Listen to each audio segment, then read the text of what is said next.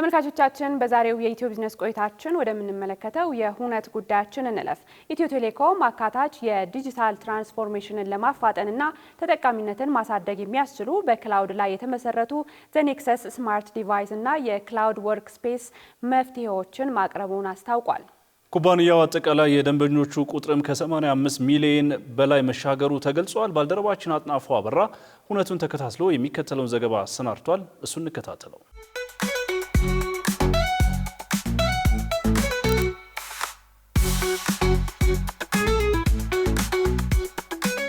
ሰላም ተመልካቾች እንደምን አላችሁ? ኢትዮ ቴሌኮም እንግዲህ በቀጣዮቹ 3 ዓመታት የሚተገበር አዲስ ስትራቴጂ ይዞ በዚህ ዓመት በስራ ላይ ይገኛል።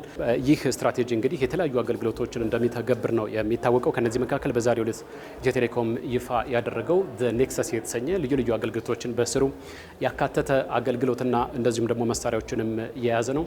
እነዚህ አገልግሎቶች ምንድናቸው? መሳሪያዎች ውስጥ ምን አካተዋል? የዋጋው ሁኔታስ ምን ይመስላል? የሚሉትን ሀሳቦች እየቃኘን ነው ቆይታ የምናደርግ የሚሆነው። አስቀድመን ግን አሁናዊ የቴሌኮም ሁኔታዎችን እንቃኛለን።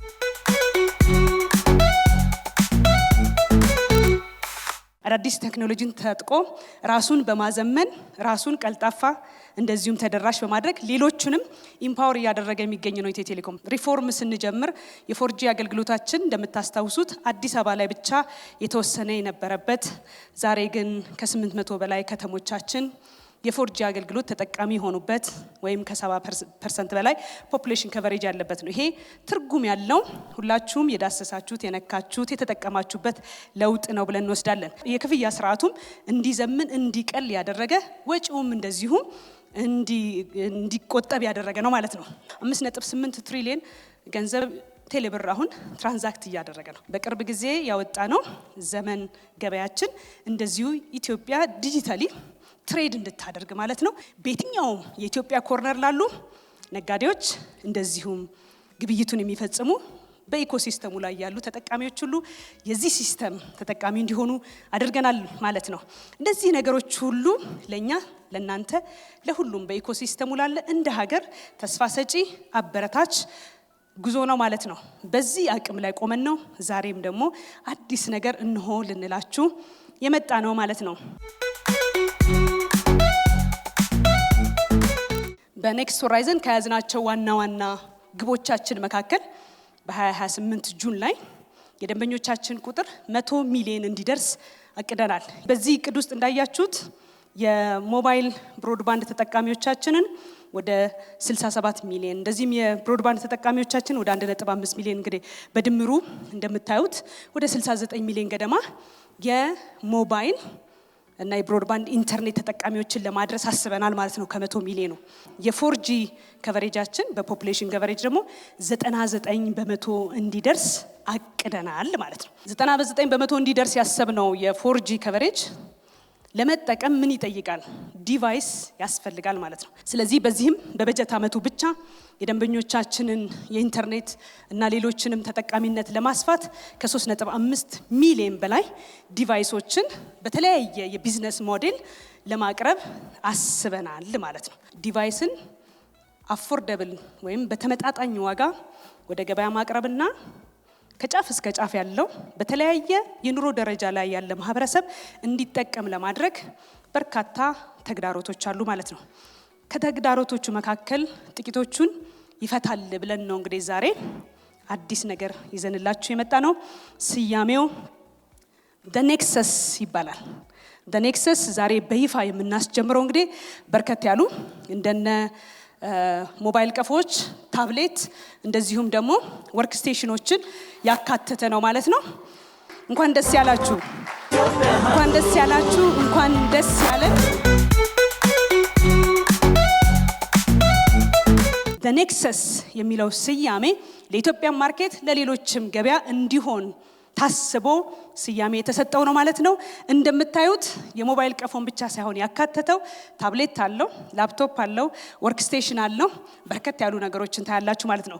ዘኔክሰስ በኢትዮ ቴሌኮም ብራንድ፣ በኢትዮ ቴሌኮም ስያሜ፣ በኢትዮ ቴሌኮም ዲዛይን የተመረተ ዲቫይስ ነው ማለት ነው። የቴሌኮም ኢንፍራስትራክቸር አለ ወይም በቀለል ባለ አማርኛ የፎርጂ ከቨሬጁ አለ። ነገር ግን በዛ አካባቢ ያሉ ማህበረሰብ ኢንተርኔቱን እየተጠቀመ አይደለም፣ ኮኔክትድ አይደለም። ይሄ በጣም ፔንፉል ነው። ኢንፍራስትራክቸር ኖሮ እየተጠቀመ አይደለም። ምንድነው የማይጠቀመው የሚለውን ደግሞ አናላይዝ ማድረግ ትንታኔ መስራት ያስፈልጋል ማለት ነው። አንዱና መሰረታዊ ችግሩ ምንድነው ከተባለ አሁንም እነዚህ ዲቫይሶች ለተጠቃሚዎች አፎርደብል አይደሉም፣ በተመጣጣኝ ዋጋ መቅረብ አልቻሉም። በተመጣጣኝ ዋጋ መቅረብ ያልቻሉበት ደግሞ በርካታ ምክንያቶች አሉ ማለት ነው። ሁለተኛው የዲጂታል ሊትረሲ ነው። ለመጠቀም ኢንተርኔትን ለመጠቀም የሚያስፈልገውን እውቀት አለመኖር ወይም ስኪል አለመኖር ደግሞ እንዳይጠቀም ግንዛቤው አለመኖርም እንዳይጠቀም አድርጎታል። አንዳንድ ጊዜ ፍርሃትም ይታከልበታል ማለት ነው። 710 ሚሊዮን የሚሆኑ ዜጎች በሰብሳሃራ ውስጥ የቴሌኮም ኢንፍራስትራክቸር ባለበት አካባቢ ይኖራሉ፣ ነገር ግን አይጠቀሙም በግልጽ። ይሄ በጣም ፔንፉል ነው በነገራችን ላይ። ስለዚህ የተለያዩ አካላት በዚህ ዙሪያ ላይ ኢንተርቬንሽን ሊወስዱ ይገባቸዋል ማለት ነው።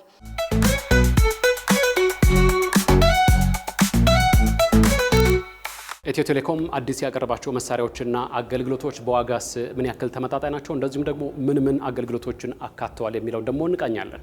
የ4G ኢናብልድ የሆኑ አሁን ያመጣናቸው የምታዩቸው ስማርትፎኖች ክላውድ ፎን ናቸው።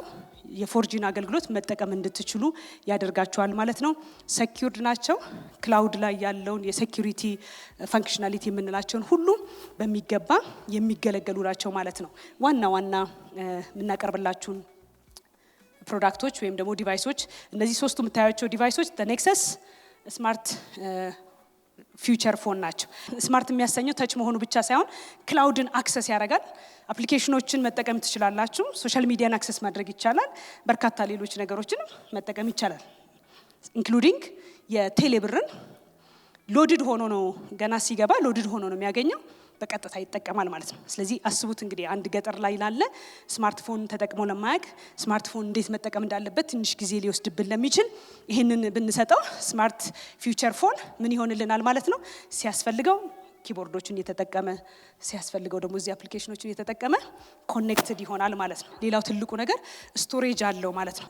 ታንክስ ቱ አጌን የኢትዮ ቴሌኮም ቴሌክላውድ ምንም ስጋት አይገባቸውም። እዛው ላይ በየጊዜው የሚያስፈልጋቸውን ስቶሬጅ ስኬል እያደረጉ በሚያስፈልጋቸው ልክ እያሳደጉ መቀጠል የሚችሉበት እድል ተፈጥሯል ማለት ነው። ኔክሰስ ታብ በተመሳሳይ አሁንም ክላውድ ላይ ያለ ታብሌት ነው። በቀላሉ የምትፈልጓቸውን አክሰስ ልታረጓቸው የምትፈልጋቸውን አፕሊኬሽኖች ሁሉ ክላውድ ላይ አድርጋችሁ እንደምን ልበላችሁ እንግዲህ እንደ መስኮት ነው እቺ የምታገለግላችሁ ማለት ነው። ዳሲት ሌላ ምንም ነገር አይኖርም። በተለይ ደግሞ አንድ ቦታ ላይ ሆነው ስራቸውን ለሚያከናውኑ ተቋማት አስቡት፣ በጣም ዝቅ ባለ ዋጋ በርካታ ሰራተኞቻቸውን በዚህ ኮኔክት እንዲያደርጉ እድል ቢፈጥሩ የሚያመጣውን ውጤታማነት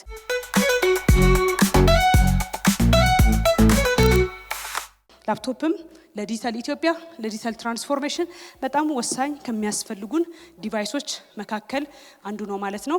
እንደምታዩት ደግሞ ይሄም በራሱ ስፔክ 2 ይዘንላችሁ መተናል። ኔክሰስ ይዞት እንደመጣው ቲን ክላይንት ብንጠቀም የሴኩሪቲ ሶሉሽኑ ክላውድ ላይ ይሆናል። ማኔጅመንቱ ጠቅላላ ክላውድ ላይ ይሆናል። እቺን ጋጀት ብቻ ፊት ለፊታችን አድርገን የምንፈልገውን ስራዎቻችንን ማከናወን ነው ማለት ነው። በጣም በቀላሉ እንግዲህ ተቋማቶቻችንን ሁሉ ኢምፓወር እናደርጋለን ብለን እናስባለን። ኤኒ ታይም ካምፓኒው ሲያድግ አብሮ ስኬል ያደርጋል። ዛሬ ላይ ባለው በሚፈልገው ልክ በበጀቱና በሚያከናውነው ስራ ልክ ይገዛል አይደል? ሰብስክራይብ ያደርጋል። ሲያስፈልግ ደግሞ ስኬል እያደገ ይሄዳል። በጣም ፍሌክሲብል ነው።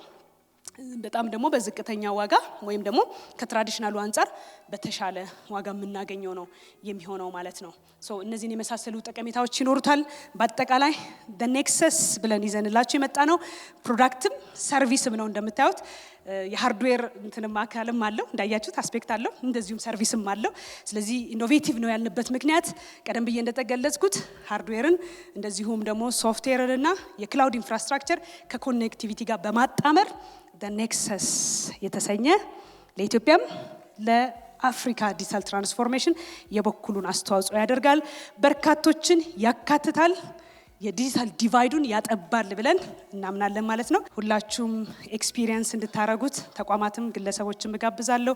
ኔክስት ሆራይዘን ያልነው ስትራቴጂያችን በተለይ የሚዲያ አጋሮቻችን ባለፈውም ስትጠይቁኝ ስለነበረ መቼ ነው የምትወጡት እያላችሁኝ ነበርና ለመውጣት ያለንን ጉዟችንን በርካታ ዝግጅቶች ነው እያደረግን ያለነው።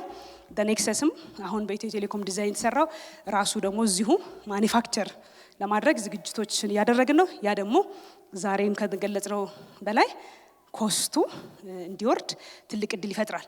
እነዚህን ሁሉ አቅሞች ፈጥረን ወደ ሌሎች ጎረቤት ሀገራት አፍሪካ ማርኬት ላይ እንወጣለን።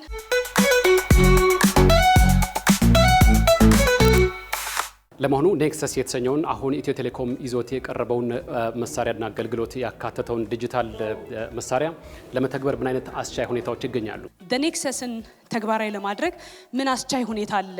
እንዴት ነው አንድ ሰው ባዶ ቀፎ ይዞ ሙሉ ኦፕሬቲንግ ሲስተሙ ክላውድ ላይ ሆኖ መነጋገር፣ የተለያዩ ነገሮችን ሶሻል ሚዲያዎችን እንደዚህ አፕሊኬሽኖችን መጠቀም የሚችለው?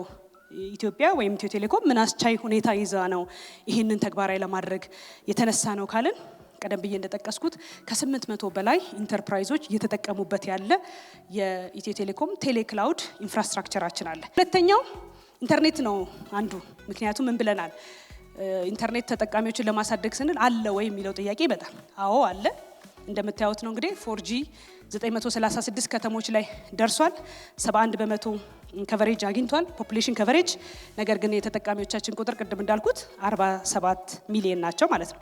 ስለዚህ ይሄ ደግሞ አንዱ ትልቁ አስቻይ ሁኔታ ይሆናል ማለት ነው። ሌላኛው ትልቁ አስቻይ ሁኔታችን ማለት ነው ሁላችሁም የምትኮሩበት ቴሌብራችን የዲጂታል ኢትዮጵያ ኢንጂን ነው ብንል ማናጋንንበት በብዙ መልኩ ካታሊስት ሆኖ በርካታ ሴክተሮችን ሪፎርም እያደረገ ያለ ፕላትፎርማችን ነው ማለት ነው። ወደ 57 ሚሊዮን የሚሆኑ ደንበኞች አሉት። 5.8 ትሪሊዮን ደርሷል። እንደዚሁም ትራንዛክሽኑ እንደምታዩት ይሄም ራሱን ችሎ አንዱ ትልቁ የኔክሰስን መሬት ለማውረድ ትልቅ አቅም የፈጠረ ነው ማለት ነው።